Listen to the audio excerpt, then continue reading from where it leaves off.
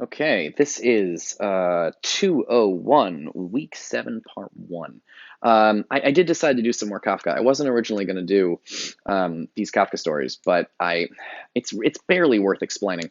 But basically, because so here's what happened. Actually, this is something I should say. So, because after we're done with Kafka, you're going to notice a really crazy thing that's going to happen to the videos.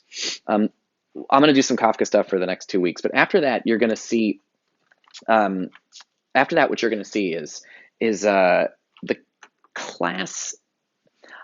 I taught this class back in the spring of 2020 when I met my students in January. I was with them in February. I was with them for a little bit in March, and then COVID hit, and we had to all go home.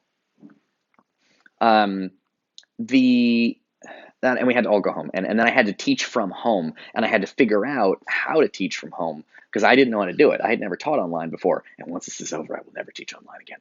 But I had never done it before and didn't know how to do it, and so I started making videos for my students that basically, the last thing I did with my students was I watched the movie version of Othello, and then I went home and made videos about Othello, and then we went forward from there. Um, the thing is I didn't think I'd be reusing those videos. Um, so I didn't think I'd be reusing the videos, and as a result, I ended up saying, like, so everything I said about Shakespeare in those videos is great. It's still good. You're gonna watch them, and they're fantastic. But I keep making reference to like President Trump and how this new COVID thing is happening and BMCC's reaction to it. And like, I didn't think I'd be reusing those videos because I stupidly thought COVID would be over in like 3 months, and here we are, 12 months later. Um, so what's going to happen after we're finished with Kafka is after once you start hearing me talk about Shakespeare, suddenly you're watching a version of me that's from 1 year ago, and I am a year dumber. And you're going to hear me say all kinds of stupid things that are not going to make 100% sense because I didn't think I'd be reusing those videos, and also I made them a year ago when I didn't know what I was doing. So like, I think there's literally an episode where you're going to hear me be like, "Guys, look at this selfie stick I got." Like I've been using the selfie stick the whole time because you're watching me in 2020. You're watching things that were filmed in 2021, but when you get to the second half of the class, you're watching things that were filmed back in 2020, and I'm literally like figuring out how to make videos. You'll see me mess up so much. Um, anyway, the of as a side effect of that, I I filmed the second half of the course before the first half of the course, and the first half of the course didn't quite match up with the second half of the course. I had a little bit of gap in between, so I'm gonna do some extra Kafka stories to kind of fill the gap because I feel like it's and I know you all probably hate Kafka and you don't want to hear anything about Kafka anymore, but I like Kafka and you're stuck with me, and so I'm gonna keep talking about Kafka because I think he's fun. I know, how could Kafka be fun? He's terrible, but I don't know, I think he's really interesting. I thought about getting other poets and other writers, but honestly, I think it's better to know one thing deeply than many things a little bit. I took classes in college where they made me read like, I'd read like 20, 30 poems and then go into class, and I can't remember anything in any of those poems because they were all by different people and different time periods, and I couldn't keep any of it straight. So I'm going to keep doing a sort of deep dive into Kafka. So I think I'd like to, first of all, I'd like to get a little bit bigger and talk about Kafka in general for a second. Um, I mean, it probably doesn't surprise you that Kafka was a pretty negative person. He had tuberculosis, and he was dying of it for most of his life. It was the kind of thing that didn't kill you quickly. You would have it for years, and then you would die. So he was very sick for a lot of his life. His writing, there were autobiographical bits to his writing. Samsa, Kafka, right? They're kind of similar family names, and he had, the structure of the house and the family dynamic and the metamorphosis is very similar to Kafka's own life. And this is the kind of thing that you can do when you're doing research in your papers, is you can 100% find out about the author's life and then see if you can make connections between the author's life and the story. So when you think about, if the bug is a metaphor for being an outsider, someone who's different, someone who doesn't fit in, someone who is treated badly, it's worth pointing out that Kafka's Jewish.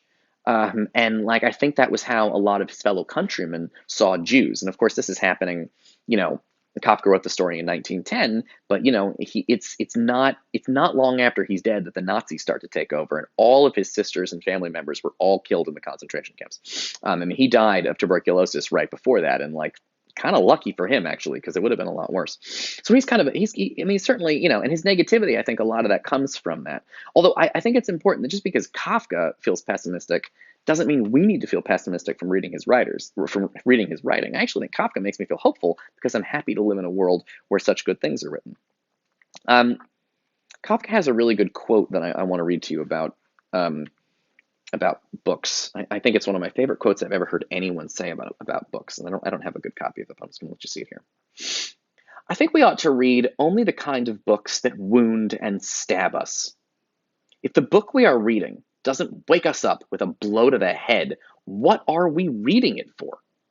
We need the books that affect us like a disaster, that grieve us deeply, like the death of someone we loved more than ourselves, like being banished into forests far away from everyone, like a suicide.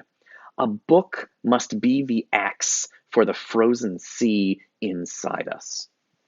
A book must be an axe for the frozen sea inside us. I think that's one of the best things I've ever heard anyone say, ever. It's the idea, first of all, the frozen sea. You're talking about a huge chunk of ice, right? You're talking about Antarctica. Get a picture like Antarctica. And it's almost like explorers, right? If explorers want to get in Antarctica, they're going to bring their boat there, and then they're going to hit the ice, and they're going to get stuck. And you're going to have to take axes, and it's a metaphor, right? You're going to have to take axes and smash through the ice. It's interesting that for Kafka, he thinks that just like explorers might want to take a boat and find out what the hell's going on in Antarctica, which is a very hard place to get to, there's an Antarctica that's in here.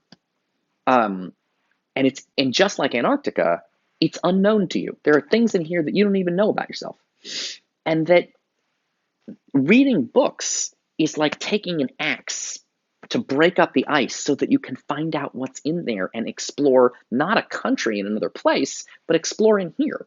And I really like this idea, and I think it speaks. I think it's an important quote for our class, um, because we're gonna read Othello next. Othello is real depressing. um, and again, the question comes up: why the hell read depressing stories? Or as my friend Jason puts it, Jason Schneiderman, who is really my wife is my favorite person at BMCC because she works at BMCC. Her name is Maureen Matteries. You can take classes with her. But Jason is also my favorite person at BMCC. Jason Schneiderman is absolutely brilliant. He knows everything, and if you have a chance to take a class with him, I really recommend that you do because he is a genius. Jason Schneiderman asks his students a question. I think it's a really good question, and you might want to think about it, which is why why do people want to experience the suffering of fictional characters? Right? When you open a book and you watch fictional characters and they're suffering, what is the point of that? And I think a lot of people feel like there's no point. You shouldn't. They just want to see happy stories that make them feel good. And if they see characters like Othello or Gregor Samsa who are suffering a lot, it's just like, well, they just feel like, man, my life's already bad. I don't want to read stuff about bad stuff anymore. Because again, they treat those worlds like they're real. But they're not real, they're fictional, which means they are of some use to us in a way that, like, I don't, the suffering of real people doesn't usually teach me a lesson, but the suffering of fictional people, it's designed for me. And I feel like it was hard watching Gregor Samsa suffer so extraordinarily at the hands of his terrible, terrible family. But I feel like I was able to learn a lot about the world that I live in by reading that story. And Kafka's idea that we ought only to read the kind of books that wound and stab us. If a book if a book we are reading doesn't wake us up with a blow on the head, what are we reading it for? Right? You need something, and I think the opposite of that is summer blockbuster movies. Summer blockbuster movies don't wound and stab us, and they don't wake us up with a blow to the head. They're just an entertaining place to go for 2 hours. Kafka is talking about something else books can do, something that we don't really think about. And I'll talk more about that in the next video.